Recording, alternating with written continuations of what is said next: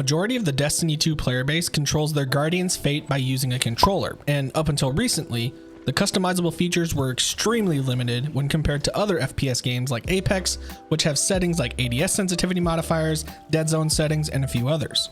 One of the main concerns that controller players had when Bungie officially announced crossplay was that the sensitivity cap of 10 just didn't seem like enough to combat the dexterity of mouse and keyboard inputs. On top of that, every controller user felt like the traction mod was almost a must-use mod in order to compete in those close quarters PvP engagements. Well, as of the beginning of Season 15, Bungie has alleviated some of those pain points that were previously mentioned. There's going to be two different sections to this video. The first part will be going over what the changes were, and the second part will be my recommendations based on what type of player you are. Timestamps are below and also in the video timeline.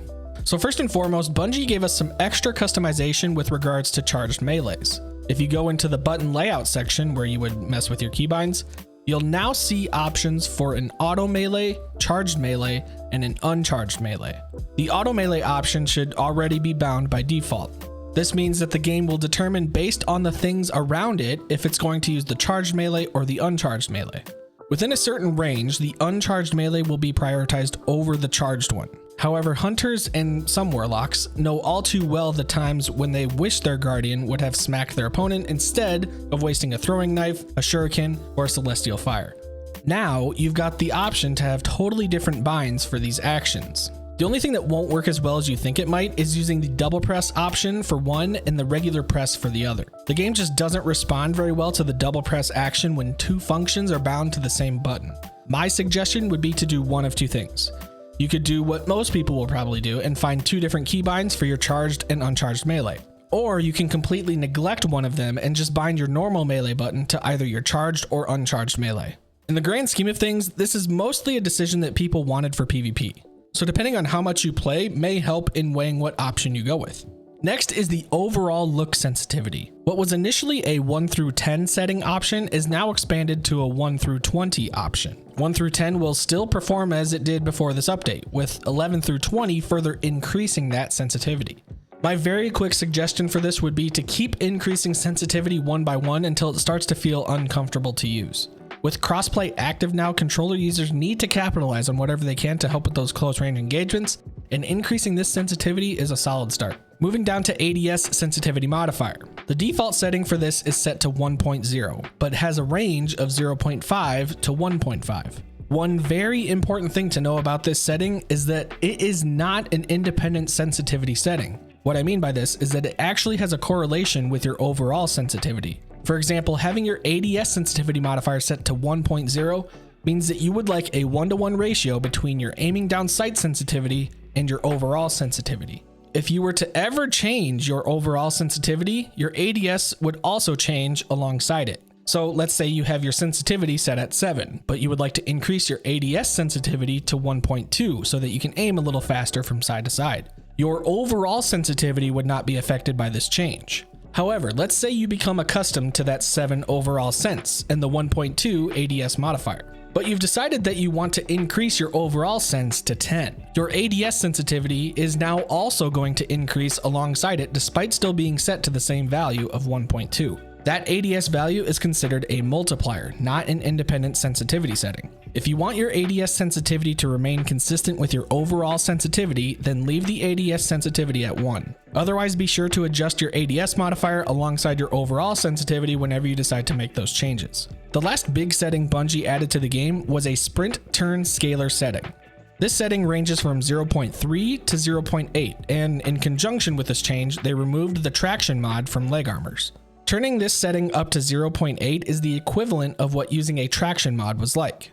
This setting allows you to turn from side to side much faster while you are sprinting, and if I'm being honest, any person that plays PvP on a controller should turn this setting all the way up to 0.8. It may feel weird if you haven't used the traction mods before, but I promise it's going to make a world of a difference when you get used to it. Okay, with the changes out of the way, let's talk about how these impact you as a player. Going down the list and starting with the melee keybind changes, I mentioned this before, but it's going to boil down to how you utilize your melee in both PvP and PvE.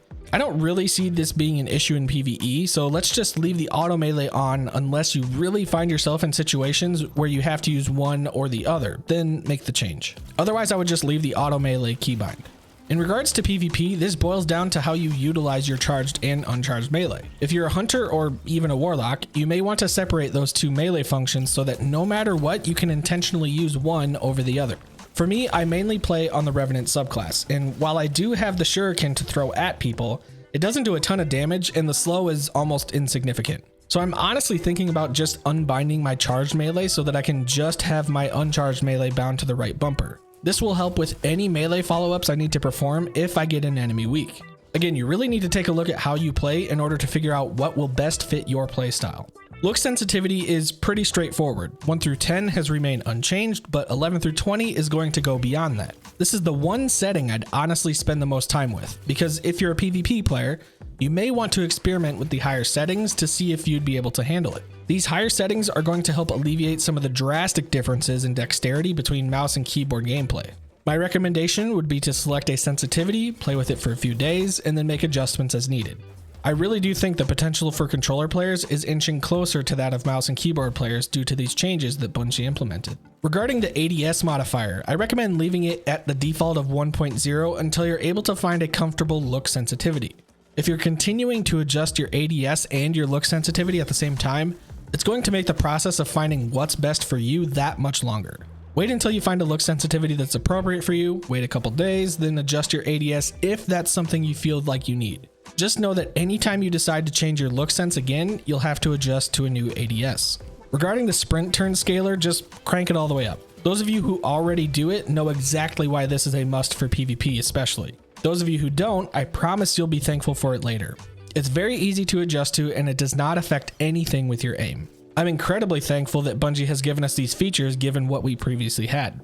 The addition of controller button remapping, increased look and ADS sensitivity, sprint turn scalers, and double press delays are all very solid foundational pieces for controller players to utilize. There's still a few other things that I think would help with some of the pain points, but for now, it's a great foundation. If you enjoyed the video or found it helpful, leaving a like is super appreciated. Also, leave a comment and let me know what you think about these changes or what else you'd like to see added. Thanks for watching, and as always, we'll see ya.